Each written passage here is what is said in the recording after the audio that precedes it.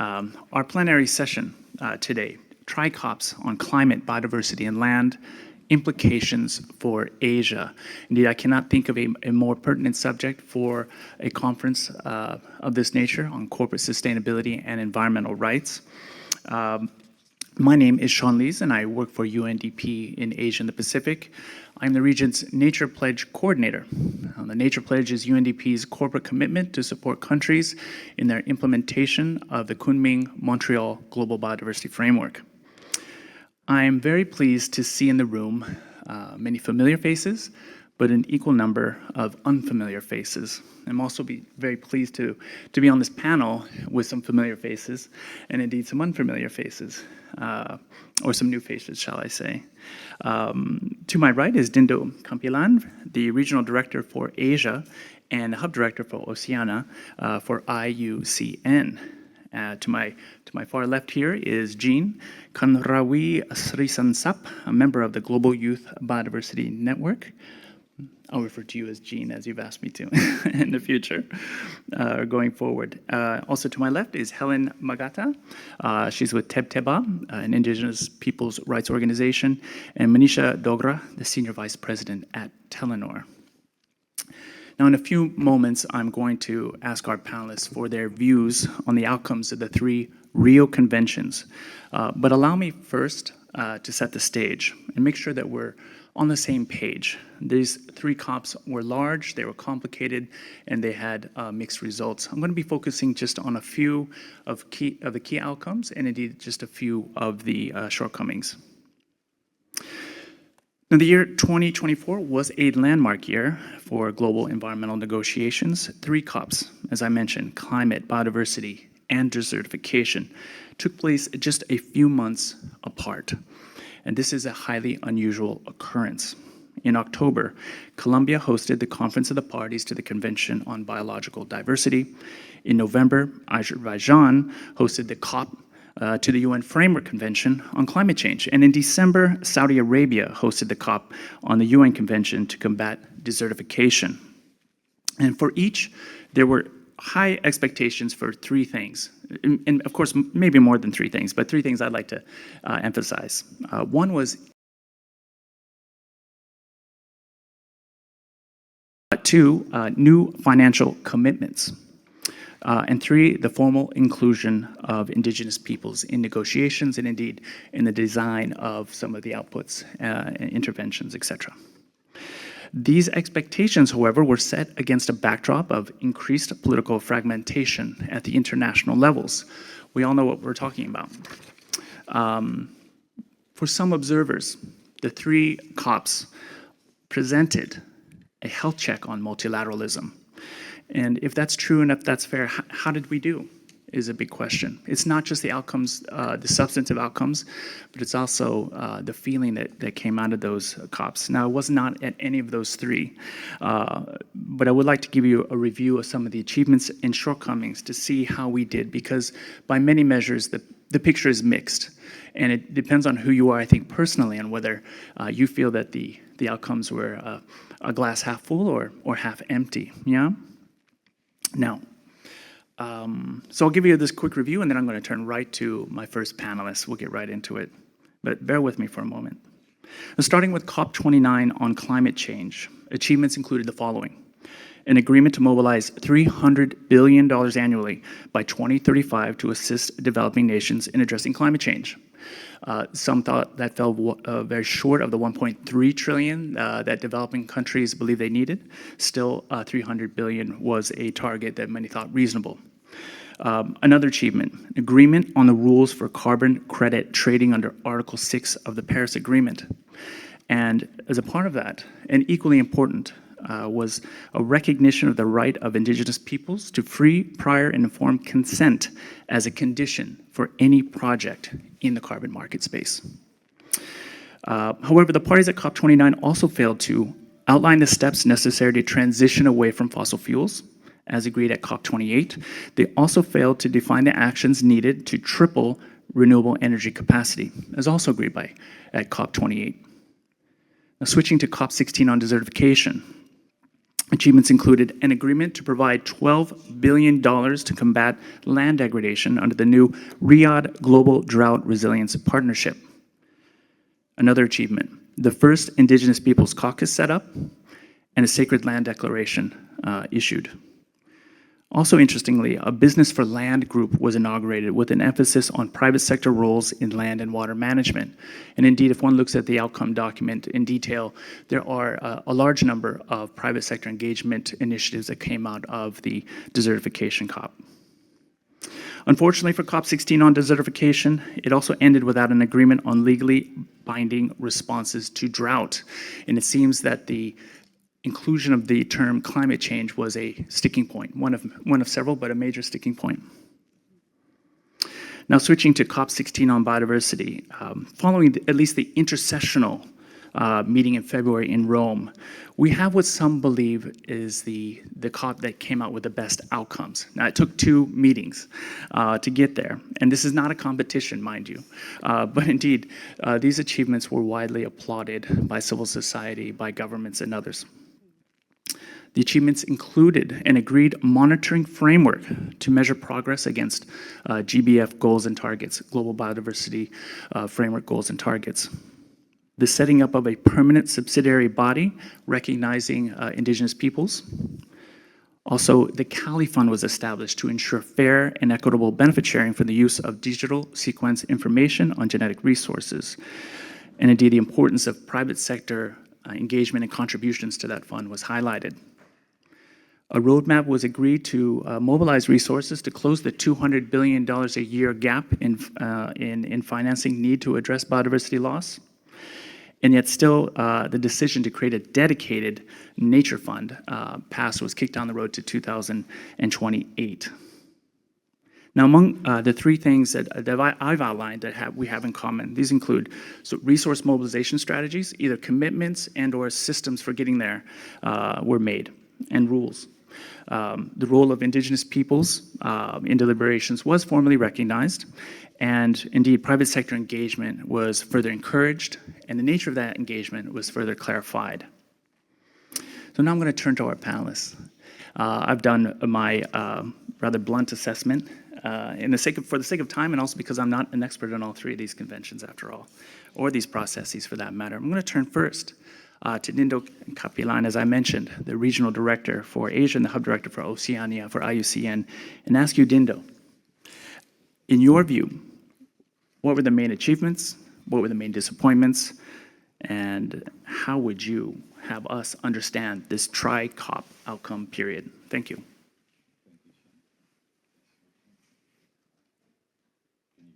No.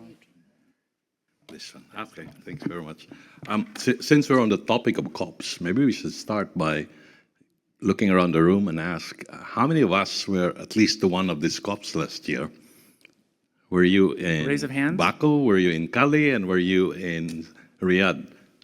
Raise your hand, please. Yeah. Okay. I've only seen 2. Yeah.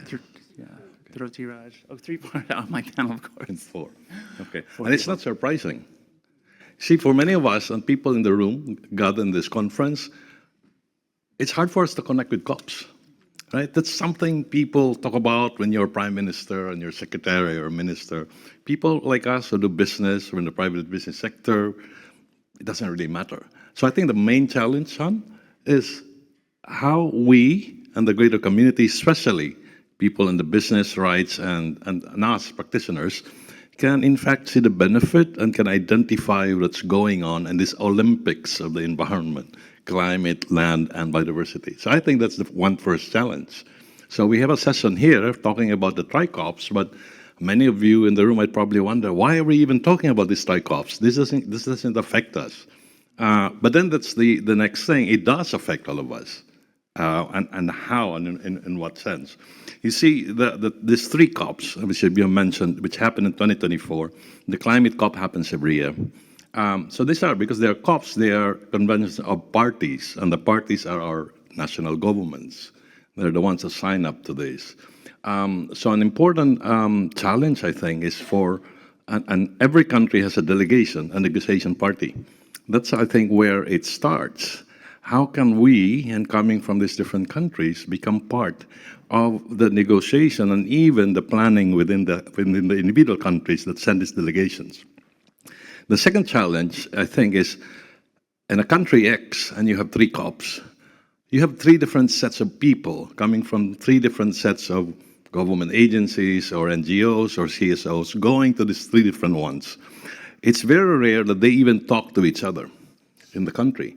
And so it brings one example you have. I mean, resource mobilization was a common theme in last year, continues to be, but each group is talking about mobilizing resources for our own interest in climate, for our own or biodiversity or land. And yet we may be talking about the same source and the same amount of money. And this was illustrated, I think, a few weeks ago also here with a workshop with UNFCCC about the challenge of raising $300 billion for climate adaptation in 2035.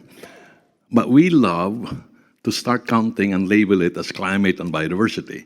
And I pointed out, but much of the money isn't really just climate, it's about the climate biodiversity nexus. So there is climate money in Biodiversity Fund, there's biodiversity money in Climate Fund, but that's not how we operate. Because we want to have this clearly delineated and say, this is the climate money, 500 billion, this is biodiversity. The third one, coming back to countries, so each country has to develop a national action plan and strategy for climate. So you have NDCs and you have NAPs, you have NBSAPs, and then you have the National Land Degradation, Land Neutrality Action Plan. And these are 3 commitments by the same government, the same country, and they don't talk to each other, nor do they do cross-reference, because again, they're developed by different sectors within the country. They're all under the same framework of the Rio Conventions. So I could go on, but to me, the main challenge is we could have 1 million COPs in the next 1 million years.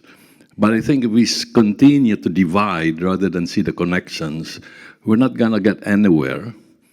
So the first message, I think, for us is, let's start talking to each other. Let's stop holding climate meetings where only climate people come, and biodiversity meetings where only biodiversity people come. I used to be in the climate world. I was never invited in the biodiversity world. Now I'm in ICN, I'm hardly invited to climate anymore.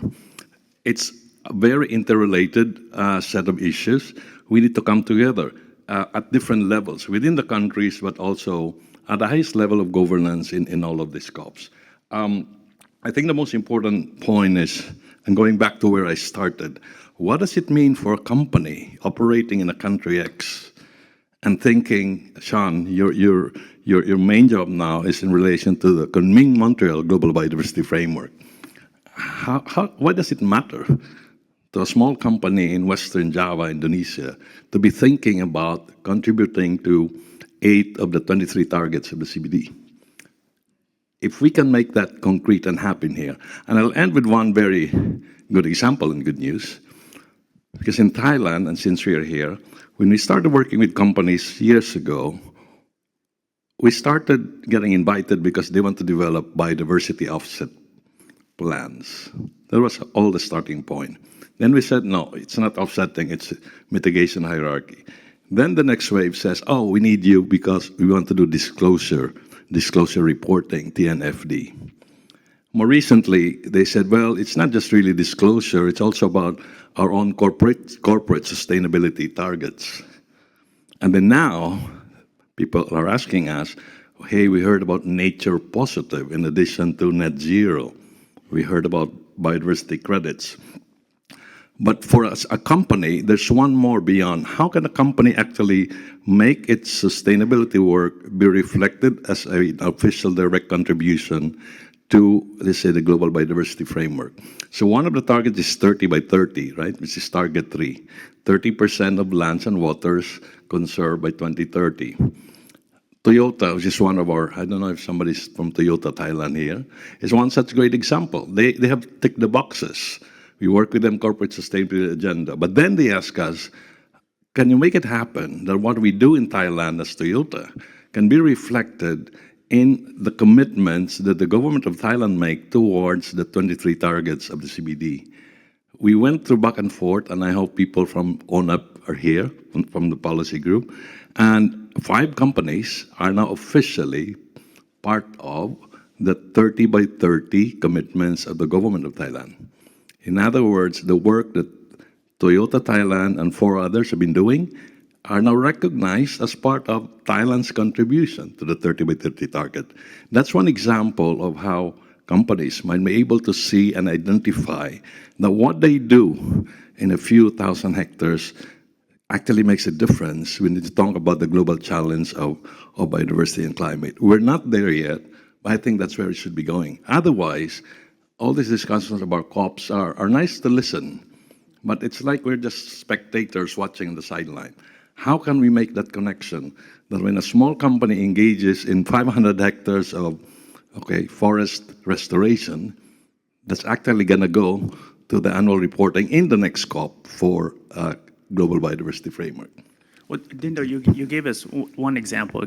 A company, big but perhaps also small, could be recognized for their contributions to something like 30 by 30 in a National Biodiversity Strategic Action Plan, or NBSAP. But I want to stay with that question. Rather, I want to stay on the subject of private sector engagement. We've seen record numbers of private sector actors, in fact, attend these climate, nature, and land COPs.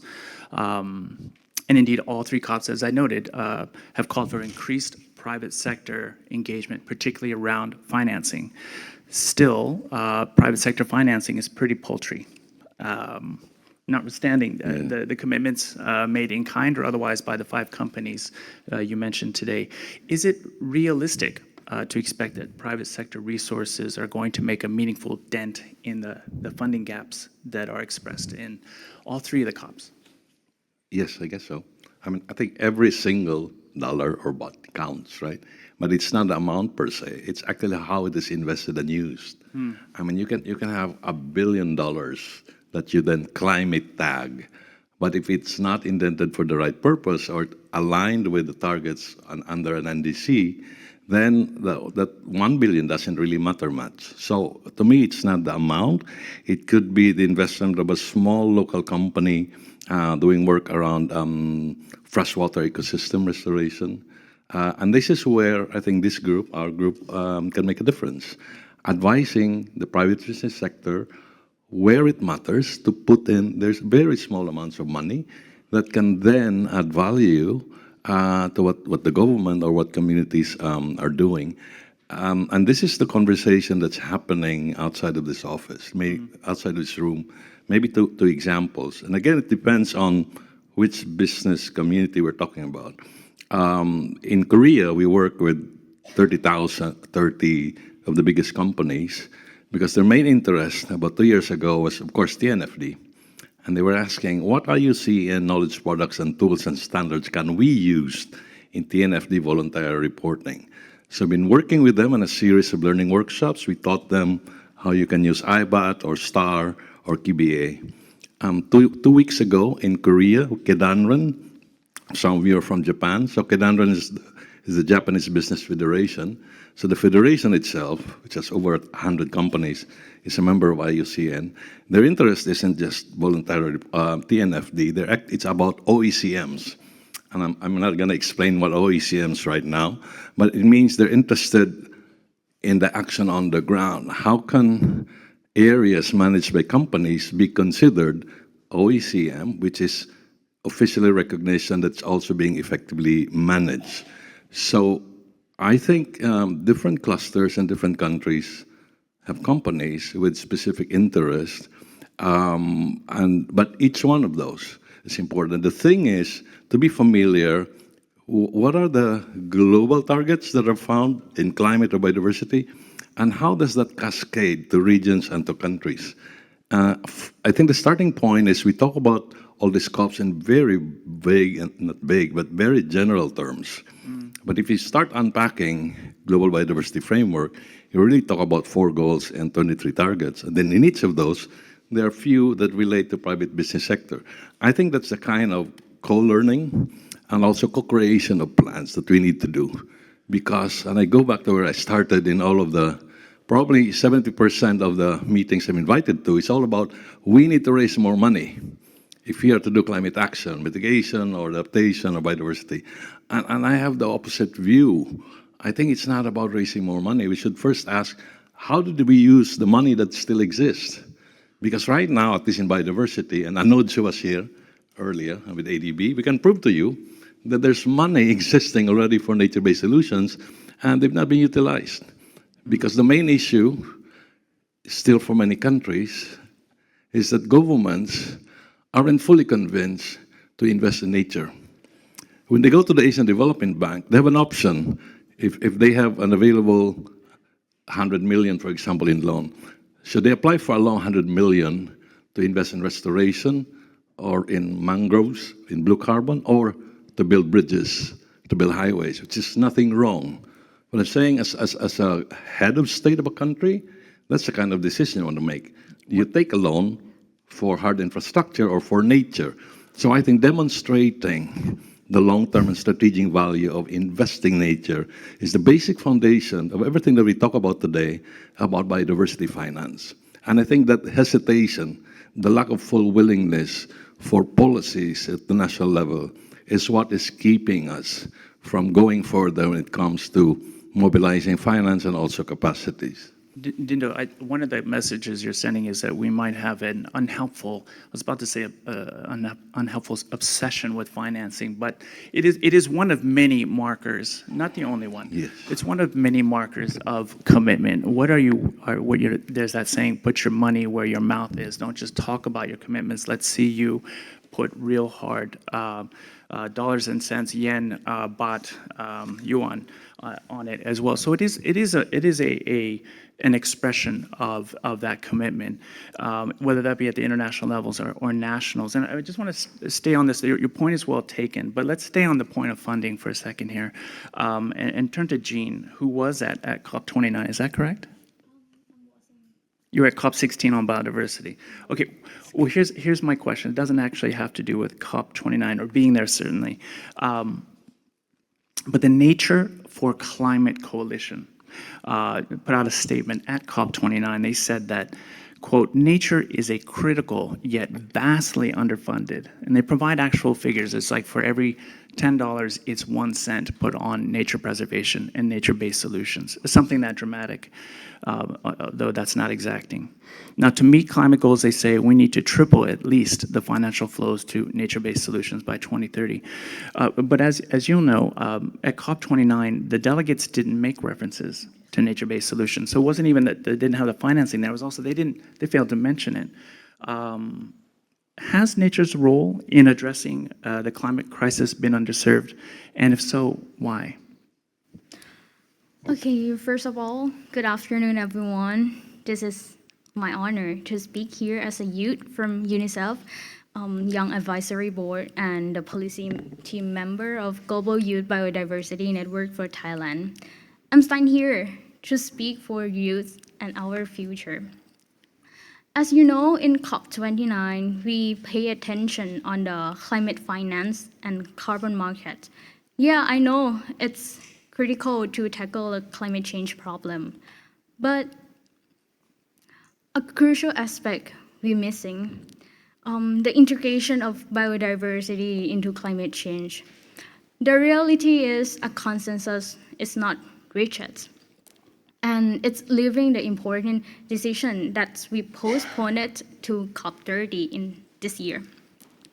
And you know, the most country not tend to invest to the nature or nature-based solution. And this gap, it's mean that we miss the opportunity as the climate change and biodiversity loss are deeply interconnected issue. And this affecting each others. As a young people, I believe that the policymaker, businesses, as well as stakeholders must collaborate more effective to bridge this gap together. Biodiversity conservation, it's not separate from the climate action at all. Rather, it is the fundamental things to our planet resilience and our future generation. You know, I recently talked to the member of YPAB, and everyone see that climate change and biodiversity loss impact to everyone, regardless of age, of the gender, or where you are. It's affect you. Another girl from our network, she's from southern of Thailand, and she shared that the communities have do the agriculture and fishing for their livelihood, and they suffer from the climate change because the season it shifts and the harvest rate it's reduced. The fish it's declined. They cannot catch the fish and harvest. So the loss of biodiversity and the impact of climate change, it's significant, destabilize the local economy and the livelihood in the southern part of Thailand and everywhere in the world.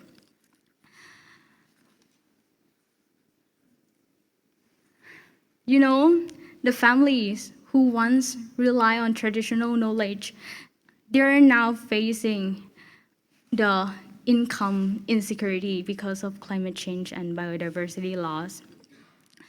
This economic strain forced the children out of the school because the family is no longer afford the education. They cannot afford to even go to school, they cannot afford.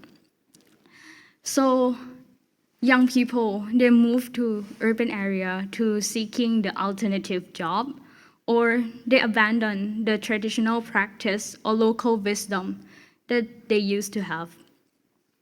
Beyond the physical impact, this creates the mental health challenge to everyone. It's increased stress and hopeless about the future. This story, we can see the importance of ecosystem service is provide the benefit, not just the environment, but also businesses, women, youth, and entire community. Ecosystem health directly sustain livelihoods, and it underpin economic stability. Moreover, as a member of Gibbon Thailand, our goal is to advocate for youth awareness and meaningful participation to address the climate change and biodiversity loss. I believe that each young person has unique strength and perspective that when we effectively engage, we can drive the powerful change in policy practice. Can I ask a quick question on that point? As you know, one way for a country to demonstrate its commitment and its plan to implement the Global Biodiversity Framework and its 23 targets is to develop an NBSAP, National Biodiversity Strategic Action Plan. What is your view on some of these NBSAPs? How are countries doing from where you sit? Okay. In COP16, that I went in last year, in COP, country expected to present their updated on NBSAP, right? That align with Global Biodiversity Framework. There's good news. Currently, 48 countries have submitted their NBSAP. That it's demonstrated not nearly, but we are one step to achieve the goal. Let's go to the ASEAN region. ASEAN region, it's have rapidly economic growth, and the prosperity it's fostered among people, but also it's extraordinary biodiversity. In ASEAN country region, we are the home of over 25% of Earth that we know that flora and fauna species live here. And this country, this region, it supports the livelihood and well-being of over 660 million people. As a young people who engage in NBSAP, we know that we participate in national consultation in our country drafting NBSAP, and we encounter significant challenge. Regarding first, the limits of access the information among youth and the resources access and the data set remain restricted for the youth. That it's limit the meaningful youth engagement by shaping policy in our country. And this is directly impact to our future. Yeah, but Were you able to influence the NBSAP here in Thailand, which is public, finalized and public? yes, it's finalizing and published. What's your feeling about it? Is it a good NBSAP? From my perspective, yes, they're good in visa, but I hope they will gather more people opinion. They will see more in the human rights and make a space for youth voice more or the local community more in decision making process. Thank you. Thank you very much, Jane. I appreciate that. Helen, the NBSAPs in the Philippines, you worked with those. You worked on the Philippine NBSAP, rather. Tell me, what is your view of the Philippine National Biodiversity Strategic Action Plan?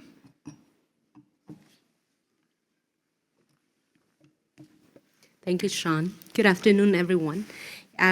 So I work with an indigenous peoples organization, and there has been a process in the Philippines whereby the government invited non-government stakeholders for the development of the National Biodiversity Strategic Action Plan. This is also true with the nationally determined contributions, the NDCs.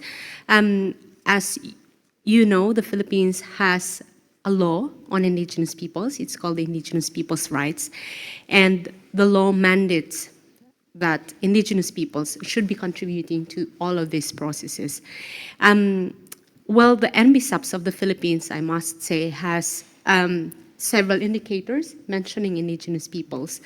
But we went beyond that because I think this is the reality for indigenous peoples, not only in the Philippines, but also in many other countries, that our priorities are often lost in aggregates, national aggregates. And so indigenous peoples deemed it important for us to have our own indigenous peoples biodiversity strategic action plan. It's now public, it's now published. It's called the IPBSAP. This is an initiative of indigenous peoples themselves. This is developed not to replace the NBSAP of the Philippines, but actually is an annex. So we submitted it already to the Department of Environment and Natural Resources.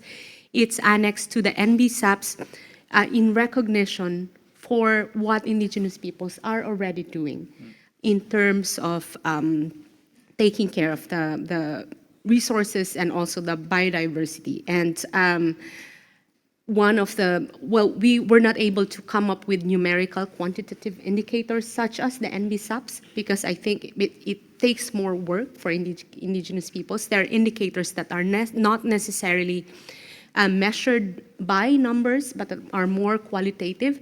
But I think what's important in this IPBSAP is that we are able to identify which actions indigenous peoples are already doing and how they can be resourced and also supported. For instance, having resources for indigenous peoples to implement their own ancestral domain sustainable development plan, ADS-DPP. And this is just one of the examples that we are doing as indigenous peoples and how we are working with our government.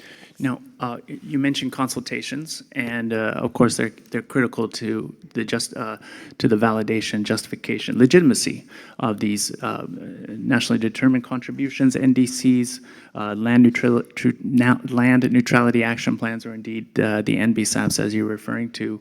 And I'm reminded of the word of your organization, Tepteba. Which I learned from your website means is a kanaye igorot. Is that right? How would you pronounce it? It's a kankanae igorot terminology.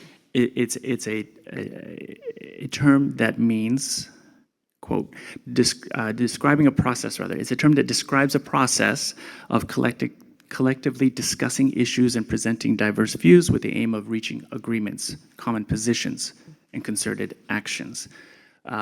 With that at the heart of your organizations, really your mission statement, at the heart of your name, how is it that Indigenous peoples are consulted, can come to an agreement when, as you know, coming to these agreements is difficult for any group? In the context of nature, land, climate, what are the things that the Indigenous peoples in the Philippines agree to, but also importantly, what do they disagree with?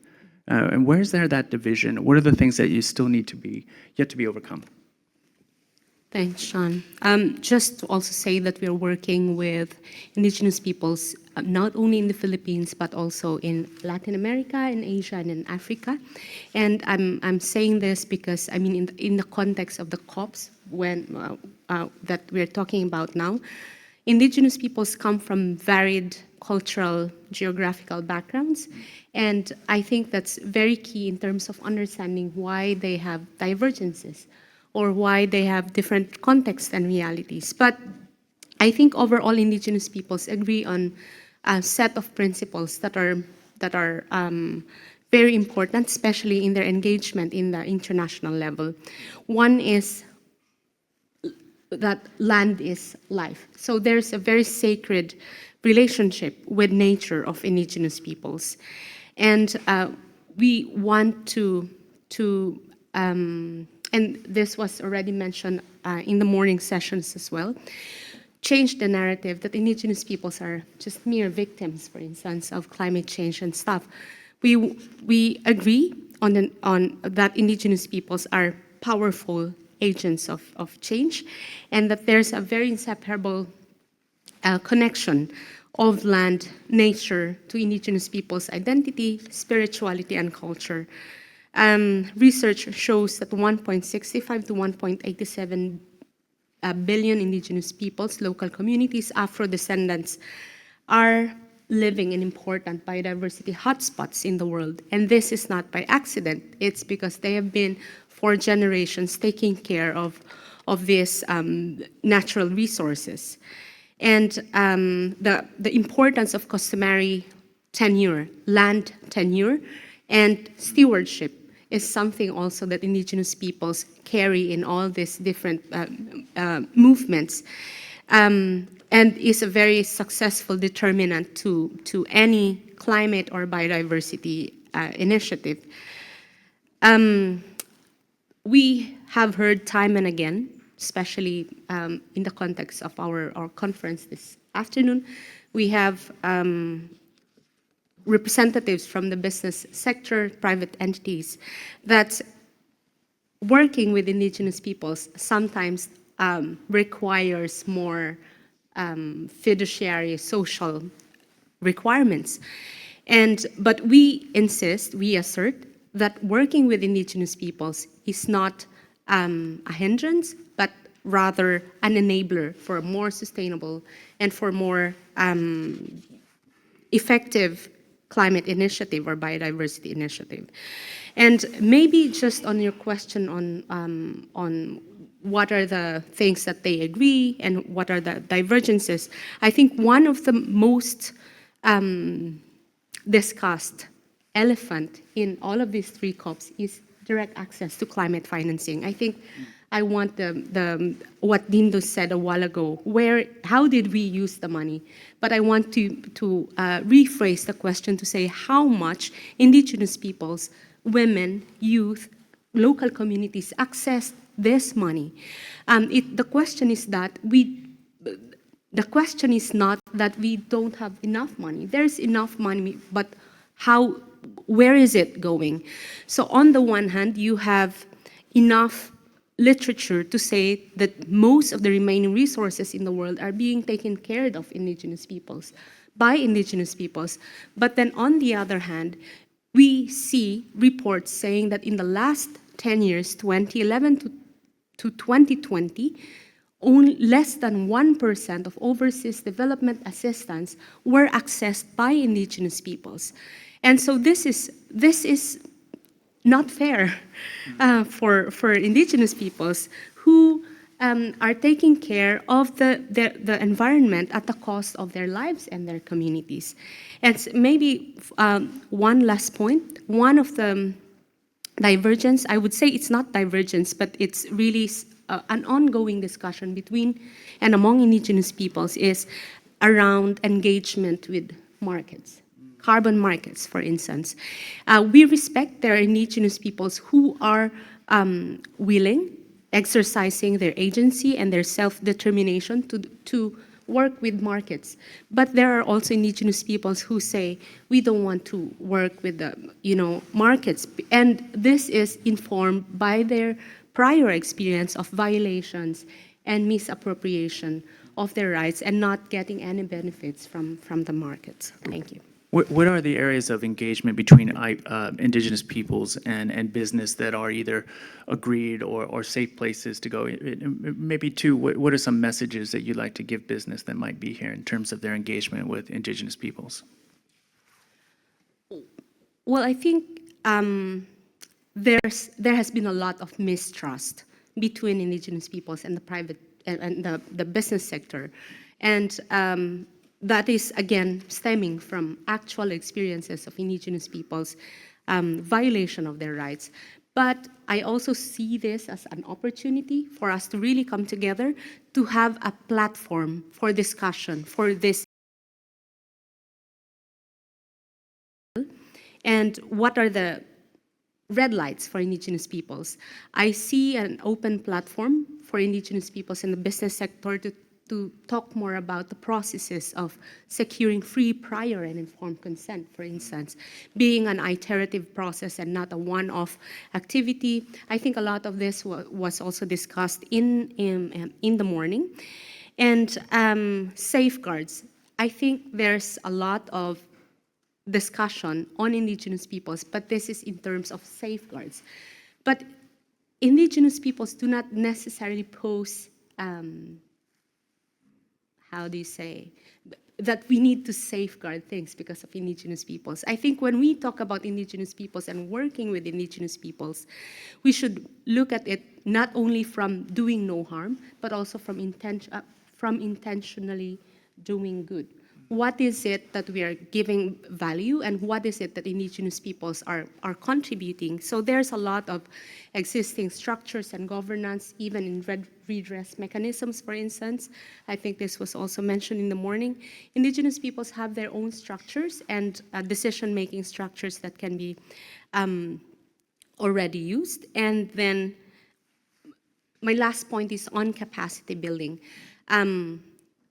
There's also a misnomer that only indigenous peoples need capacity building. But when we say capacity building, we also want to see capacities of the business sector, of the government, to understand what is it that indigenous peoples need and want, what are their priorities that should inform all of this kind of conversations. So that capacity building is a two-way street. It's also the capacity of business to better understand and appreciate and maybe even inform their sustainability reporting and processes to take into account the concerns, immediate and otherwise, of the indigenous peoples groups that they're working with or impacting on.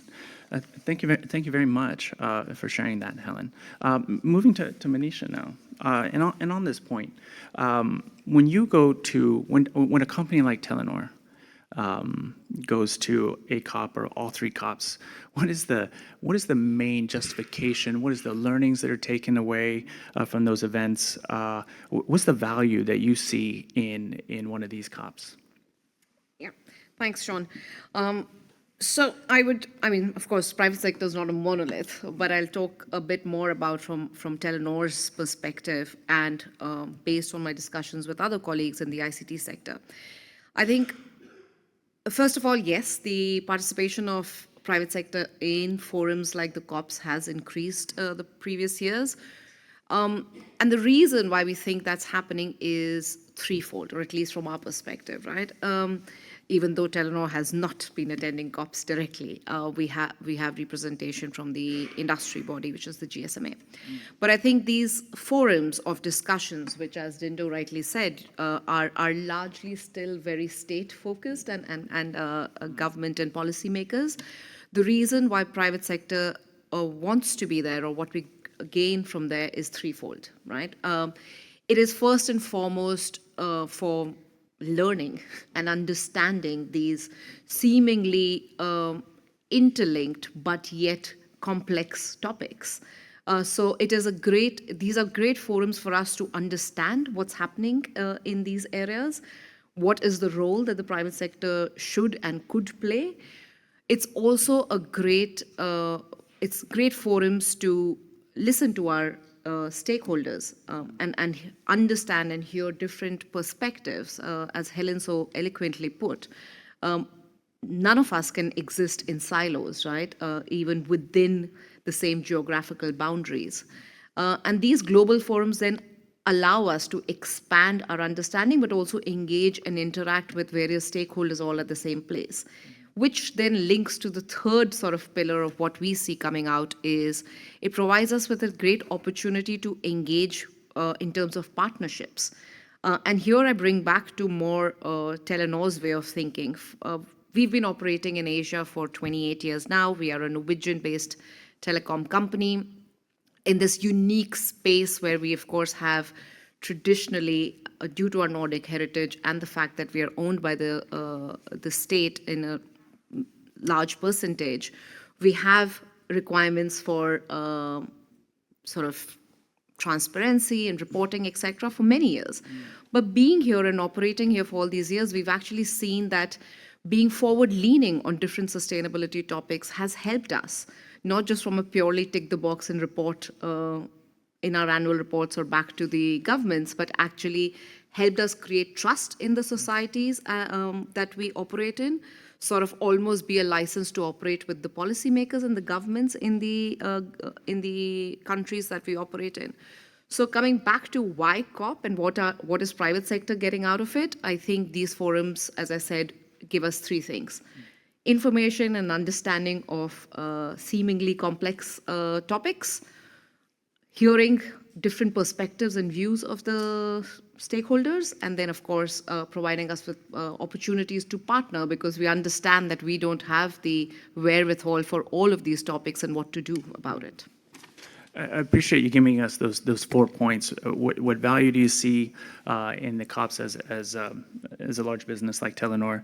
And also this last point, because I was about to interrupt you and then you answered my question. You said that going to COP, building partnerships, learning what's happening and what people are saying allows you to be forward-leaning, and that sustainability, and your approach, therefore, leads to trust with essentially your customers, but other stakeholders, including your employees in foreign markets. I'm wondering, as some countries, some regions pull back and or simplify their sustainability regulations, those that might have been moving very fast towards mandatory reporting, for example, whether this is impacting on how Telenor intends to go forward with regards to its sustainability reporting frameworks, et cetera. So yet again, going back to the fact that we have this unique position, right? We have 4 markets in the Nordics. We are a Norwegian-based digital and telecom group, but we have a strong footprint in Asia and a long-standing footprint, which then means that while we see that regulations help private sectors overall, but also sort of drive right resources in the right space, over-regulation can also stifle private sector in trying to prioritize things. And I completely agree with what Dindo said, right? If there are multiple different areas where the private sector is then asking to be focused on and provide resources on and sort of publish reports on what they're doing, it can get quite exhaustive. And as a result, and this is a safe space, I assume, so I'm saying that quite openly, it can lead to folks in the boardrooms and the management meeting rooms saying, let's just do what is absolutely the bare minimum required. So I actually think simplification of regulations and frameworks would make life so much more easier for the private sector to focus their resources on and see where can they have the most impact. And I think that's why frameworks that have been developed over decades now in terms of materiality assessments and double materiality helps us a lot. And we've seen that in Telenor as well. 2 years ago, we started the double materiality assessment globally. And of course, it did start from sort of CSRD and the Norwegian requirements asking us to start looking at it. But that has helped us globally in our Asian footprint as well. And then it's quite clear, apart from GHG emissions, that biodiversity is an area that we need to start looking at already in our Asian markets. So even if they're not regulations yet in the markets we operate in here, we already have plans to say, okay, let's start doing some assessments and seeing what are the impacts we're having and how can we start focusing on sort of mitigating some of them. That sounds very promising. Let me bridge there to my last question to you, Anisha, and then we'll probably put it to the floor after Jean comes back in. I got a special message from Jean.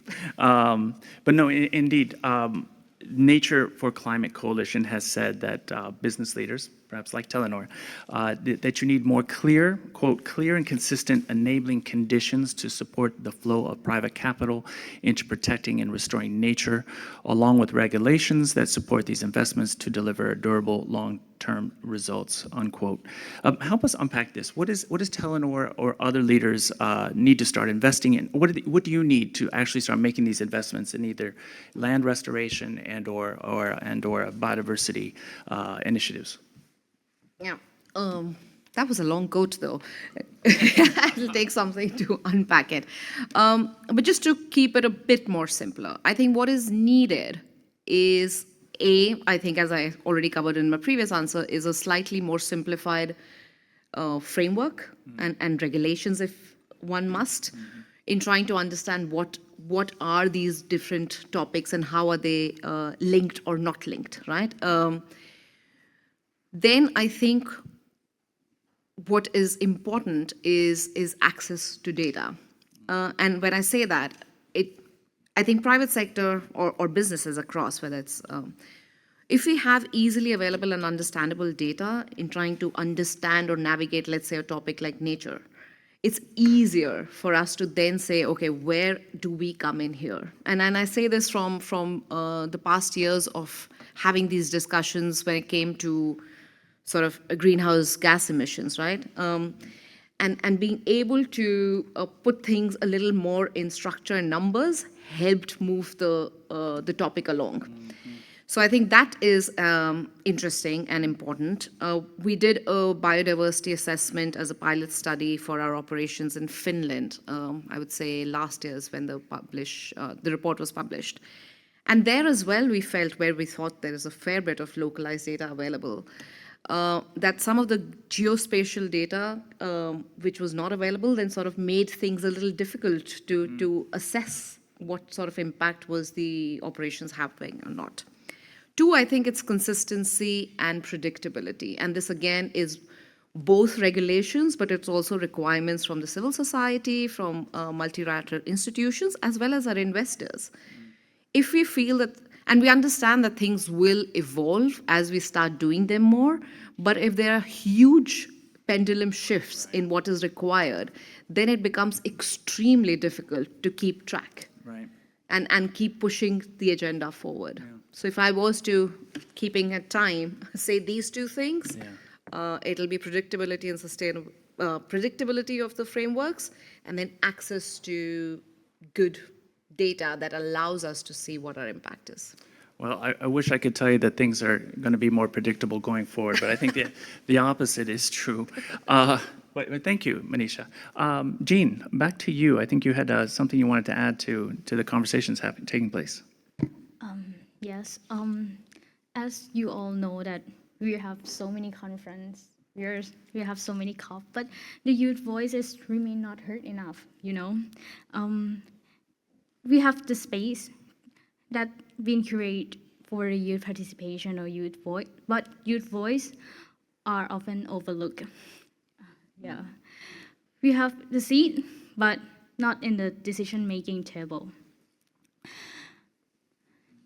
The decision shaping our future, but it's frequent made without our meaningful participation.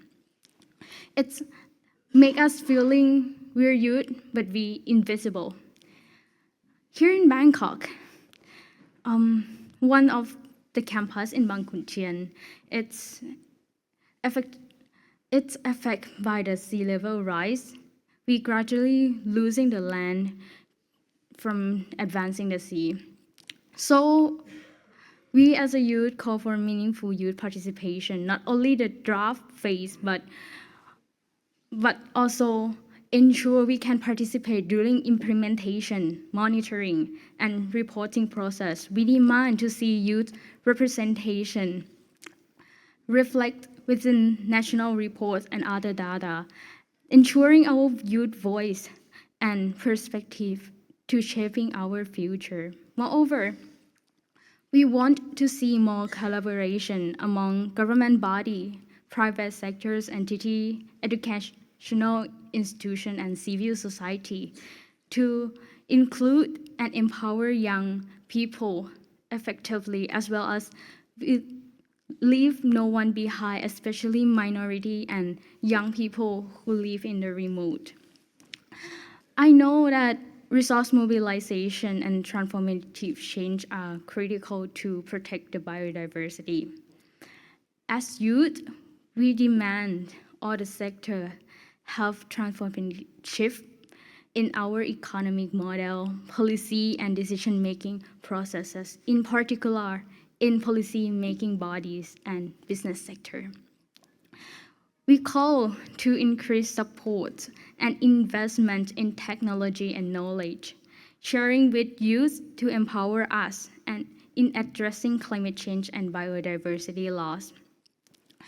In the next negotiation, we hope to see shared responsibility. We urge the leader, businesses, and policymakers to take bold, transformative action. Every decision and business activity must uphold human rights, particularly by ensuring youth, young women, indigenous people, and local community have access to essential information, resources, and meaningful participation at all levels of decision making. We hope to see that. Thank you. Thank you, Jean.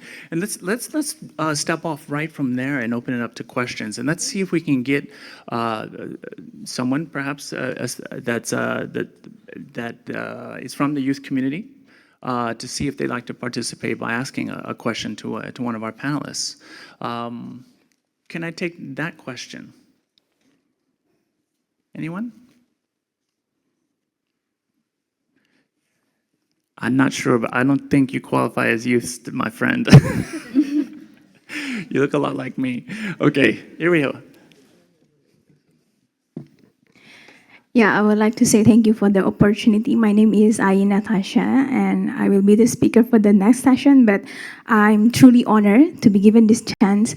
Actually, I have the same questions representing Indonesian, that the youth itself in our country has a very big gap between the Java and island and also my island, that is Borneo Island, in terms of the mindset itself and also the capacity building that has been stated before. And throughout the business sector and the government policy, most of the time, the local indigenous youth, especially out of Java Island, and I believe that every country has the same issue. How do we actually emphasize that the future of this generation is not only depend on ourselves, but the strategy that we plan together in this conference room can be sustainable and also concrete action that we can provide? Thank you. Your name and affiliation again, please? Ayi. And from what organization or? I'm from Enable Project. Okay, thank you. And would you like to direct that question to someone on our panel? I'm open to questions to all the speakers, actually. Let's start with Dindo, and then maybe we'll take another question right after that. Quick response, if you don't mind. I was so mesmerized listening to you that I forgot what the question was. If you could just simplify and say it again. Sure. The question will be, how do we actually comes out with the concrete action and sustainable strategy in this conference room to involve the local indigenous youth? Okay, thank you. I'll try. And I said this to Belinda and the others because it's our second time. This is the second iteration. I think for all of us, and not just the youth and the local communities, but also the private business sector, we do have a responsibility to be able to demonstrate that not only ideas come out of these meetings, but also concrete actions. So I'm thinking, I just started the private business sector, and then I'll go to the youth one. And I'll start by saying, please don't get me wrong when I said what I said about finance. Finance is very, very important, but it would be totally wrong to consider that the only way the private business sector can contribute to biodiversity climate goals is to finance. And we can have a long discussion on that. You say you can talk about your nature dependencies. The private business sector is one of the major users of that. Innovation, and now I'm thinking youth and local communities. And we often forget that public sector finance research is a small fraction compared to what's happening in the business sector. And that applies the same to all the startups, the great ideas that the young and the youth play. How can we make sure that we tap that we don't just look at the conventional sources of knowledge that exist in universities or research institutions? We recognize the great, maybe simple ideas that come out of individual young people like you, or even in local communities. So going back to private business sector, you're a source of innovation, and very practical innovation, bankable ideas that actually been proven to be profitable. A third one is also making sure, you see the youth, including indigenous peoples, you're a force to reckon with when it comes to influencing the outcomes of climate and biodiversity targets. Why? Because it's not just about what we do to contribute to adaptation, but see, when we talk about climate biodiversity loss, climate change, you also talk about how consumer behavior, how human behavior affect that. You represent probably the world's largest consumers, and maybe iPhone users. If you look at the companies around here, what percent of the staff actually are below 35 years old? So you have the numbers. I can't say we, I'm more than 35. You have the numbers to influence that, and that needs to be recognized, and that is really where the starting point is. And the last point is, while I appreciate when young people and local communities, I'm a fan of Tibtiva, by the way, we like to get our voices heard, but there's a limit to having those conversations outside of where the actual negotiations happen. Right? We can go to the COPs, and the COPs have green and blue zones, right? I mean, if you're not part of the party of national delegation, you're just outside. You can talk all you want, but your edits to the text can never be considered. So where do you start? You start in the countries, because before those national delegations go to the COPs, that's where all those plans and the priorities are. I think that is where local communities can engage, and I think this is where the youth can be involved directly around the table and influencing. Thank you. Thank you, Dindo. I think that was an excellent response. And I'll open it to the other panelists in a moment, but let me just take a clutch, though, with the 20 minutes that we have left in the room to see if there are other questions from other constituencies. A question for our panelists, please. Ma'am? Your name and affiliation, please. Yes, hi, I'm Lena Manili. I work with Tutwin. We're a latex manufacturer based in southern Thailand. And my question is primarily for you, Helen. You spoke about capacity building, capability building as kind of being a bidirectional dynamic, or that being something really important.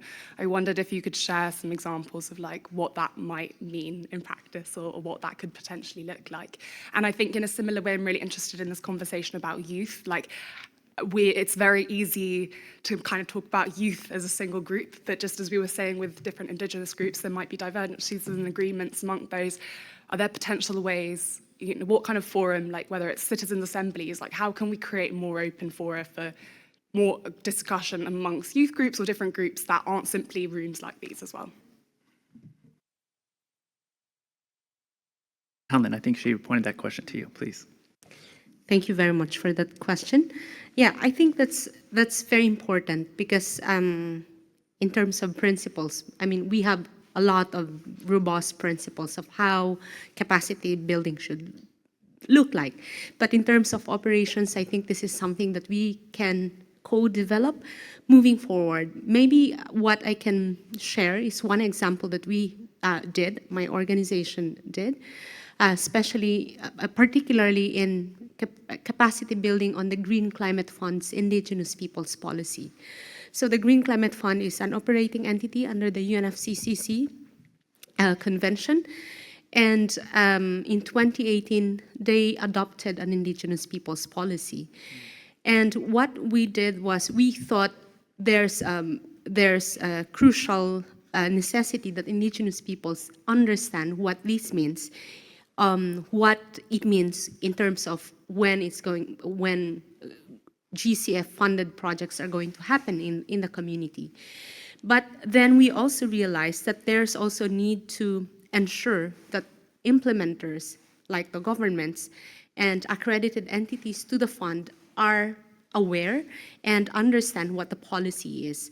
Because more often than not, a lot of the accredited entities, these are the entities that get the money from the fund and implement activities, are more familiar with policies that have importance or relevance to fiduciary standards. And so what we did was we invited regional dialogue between the governments, accredited entities, and Indigenous peoples. It was a very good conversation because governments ask questions from Indigenous peoples, and Indigenous peoples share their ideas and also their actual experiences. And if something like this, and again, we were hoping it wasn't a one-off project, but it takes a lot of resources also to do this. But if something like this can be co-developed both by Indigenous peoples and the business sector, I think that would be a good platform to do, and with the governments, because again we are building not only the capacities of Indigenous peoples but also the different actors and as equal partners. Yeah. Thank you. Thank you very much for the question. The gentleman here in the corner. Please state your name and your affiliation in the question. Thank you for sharing your experiences and your wisdom. My name is Rakesh Wazirani. I'm with Bureau Veritas. I was pinching myself. This is the first and the last time that I will be optimistic about the current scenario. Yeah? Otherwise, the next day I will just be complaining. But in terms of COP, I wanted to just share that I think it's useful for youth and everybody to go at COP. It's one place where you see all human emotions. You see excitement, you see fear, you see anger, everything, different cultural backgrounds.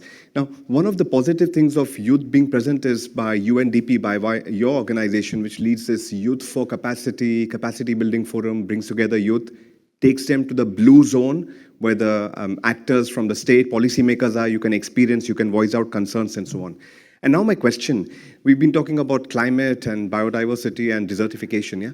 What about the topic of chemicals and waste, with the first international conference slated for next year, which is when this global initiative will be finalized, the Global Framework for Chemicals. In June, there will be the Science Policy Panel and then the Open-Ended Working Group. I'm curious to hear, what are stakeholders in Asia doing? With so much manufacturing happening there, we breathe chemicals and see waste, yeah? What are we doing? Thanks. Thank you. And just a preliminary feedback, one reason we didn't bring in chemicals and waste is because there aren't any outcomes to really speak to at this moment. And also, if we continue to pack on the agendas, it becomes more and more difficult to speak for our panelists. And indeed, did you have someone in particular that you wanted a response from? Perhaps a colleague from IUCN, because it also touches upon the impact on biodiversity. Thank you. It's actually a chance for me to say something along the lines of what you were thinking. We've been talking a lot about the three COPs because they're from the Rio Conventions. One challenge is what can we commit within each of those environmental agreement conventions in terms of the targets. But what worries me is exactly your point. We seem to forget that there are not just only 3 environmental agreements and conventions. There are nearly 100 or even more if you talk about the regional ones, and they're all interconnected. You talk about one recent example we cannot deny. I mean, 3 months ago, the plastics treaty negotiation, which took place in Korea, and it failed, right? We were supposed to have a legally binding agreement. What has got to do with biodiversity? Of course, because you have leakage. Marine ecosystem is going to be one of the consequences of existing pollution. BBNJ, the marine biodiversity beyond national jurisdiction. How many countries have actually ratified it? It was passed 2 years ago. It worries me when I was listening about biodiversity or climate that we forget in this region, let's say the Ramsar Convention on Wetlands. We serve as the regional secretariat for that convention. Much of what we discuss about climate and diversity is in the Ramsar one. Or Convention on Migratory Species, CMS. CITES, a very big issue in this part of the world, which is the convention around the trade, illegal trade of species, right? So while the 3 Rio Conventions are important, I completely agree with you. Let's not forget that the world doesn't revolve around those 3. The reason why they have these other agreements, because we recognize they are intrinsic and interconnected. So when you go back to to our respective countries, let's not just look at the 3 commitments by our governments on those 3. Let's also look at what they have committed to migratory species, wetlands, or illegal wildlife trade, and please start convincing them to actively take part in making happen that the world will finally have a legally binding agreement on plastic pollution, and that your countries will finally ratify BBNJ, which is the Treaty of the High Seas. So there's much more that needs to be done. The 3 Rio Conventions are important, but we also need to work on the others. Thank you, Dindo. Another question, please. Going to wait a few more seconds for another question, and then over here, Tech. Thank you so much. I'm Tech. I work with UNDP Nepal.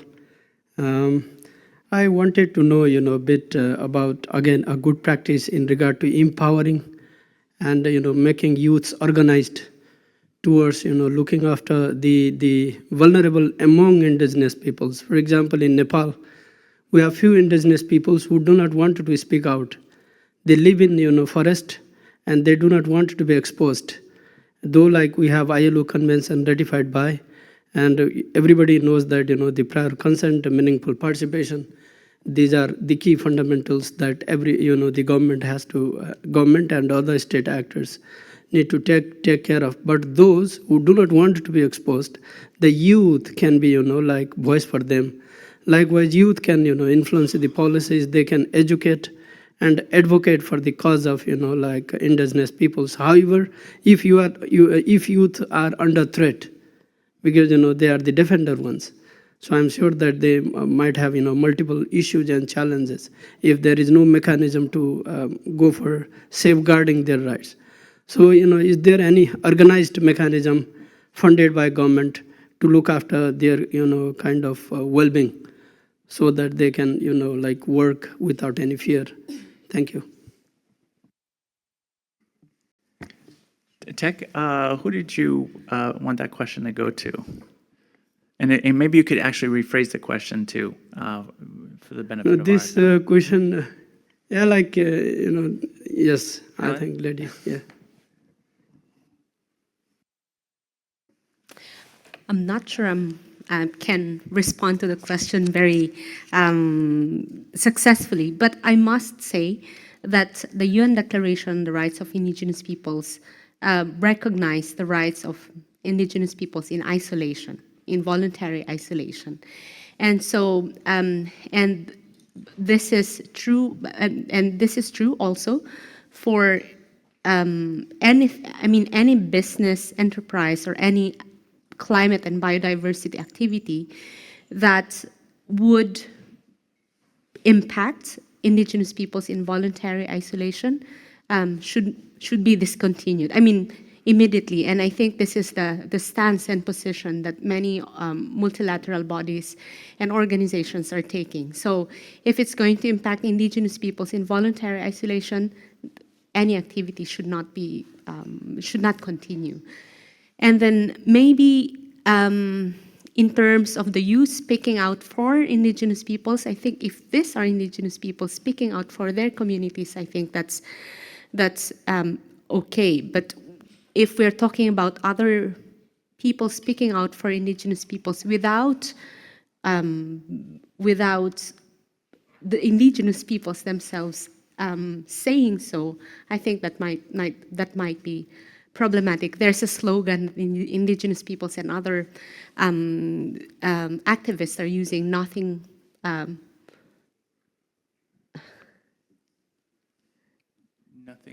Nothing about us without us. Yes, thank you so much. Yes, and then maybe on the question of our colleague, our youth from Indonesia, one of the agreements and also the principles that indigenous peoples agree in all of these 3 COPs is intergenerational accountability. So we recognize that it's not only this generation's accountability and responsibility to take care of what we have, but it's an intergenerational thing. And one of the things that we have been intentionally doing is building capacities of second-generation indigenous peoples leaders, especially in the 3 COPs, for instance. We have been raising resources so that indigenous young people are able to learn what these are, and because it's a totally new animal, but we will not be here forever, and so we need that kind of transmission of expertise and also knowledge of indigenous peoples to younger generation. This is something that we have been doing, and again I think it should be intentional. It's something that we should be continuously doing if we want our efforts to really yield sustainable results. Thank you, Helen. Let's see if there's one more question, but if not, I have one for the panelists. Scanning. Okay, good. So again, going back to Rakesh and Dindo's response, which was very well done, especially reminding us of all the other agendas, including plastics and CITES, etc. But again, one of the reasons why we're focused on these COPs is the proximity, and because everyone noticed the proximity of these three agendas, but also because there's an inherent interconnectedness, and I think you spoke to that a little bit, Dindo. In fact, UNDP on its website, and I'm putting UNDP on the spot here, said, quote, this tri-COP is a unique opportunity to underscore the interconnectedness of the crises and their solutions, unquote. To each of our panelists, I want to know, based on what you know, whether you felt that opportunity was seized, and what are, in your opinion, are the most important points of this interconnectedness between the 3 COPs? It doesn't have to be a long answer. In fact, it must be a short one. We're running out of time. So starting with Dindo and then working ourselves down the line. Yeah, maybe seizing the opportunity for me is not about the COPs per se. Say COPs take place every year, every 2 years. They're 2 weeks. They get a lot of media mileage. They are Instagrammable events. But this discussion negotiation is an everyday thing. It happens throughout the year. Before the actual COPs, you have meetings of subsidiary bodies. We had on biodiversity, we just had the resume session 2 weeks ago in Rome because of the unfinished business as October. In countries, you have this continuing discussion and negotiation. So I think a message, seize the opportunities to talk, to participate, to influence every day, not just because you are going to go to Bilim at the end of the year or to go to Mongolia next year for land health. Keeping it short, I think the one opportunity that needs to be seized much more than it has been is how can technology help? And then look at private sector, not just for the funding, as Dindo said, but also for the solutions. Just on that one note, and plugging a colleague's session later today, a session on technology is going to prove to be important. Helen. For Indigenous peoples, whenever we talk about the COPs, all the actions, all the implementations are not going to be happening at the UN level. They're going to happen in the communities where Indigenous peoples live and breathe and do their daily tasks. And they do actions and not say, okay, I'm going to plan for mitigation. I'm going to do this for adaptation or do this for biodiversity. These are things that are actions that they do daily. And when we talk about interconnectedness, this is where things are happening at the community level.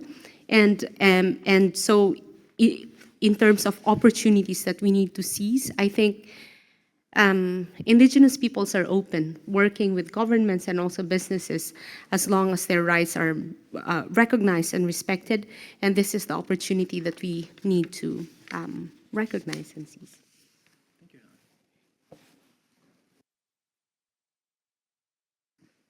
For me, as a youth, I think the COP it's the great opportunity to youth to collaborate with all the sector. And I think another good opportunity is the COP and the high-level conference is a space for sharing resources, sharing information, sharing knowledge, and empower us together.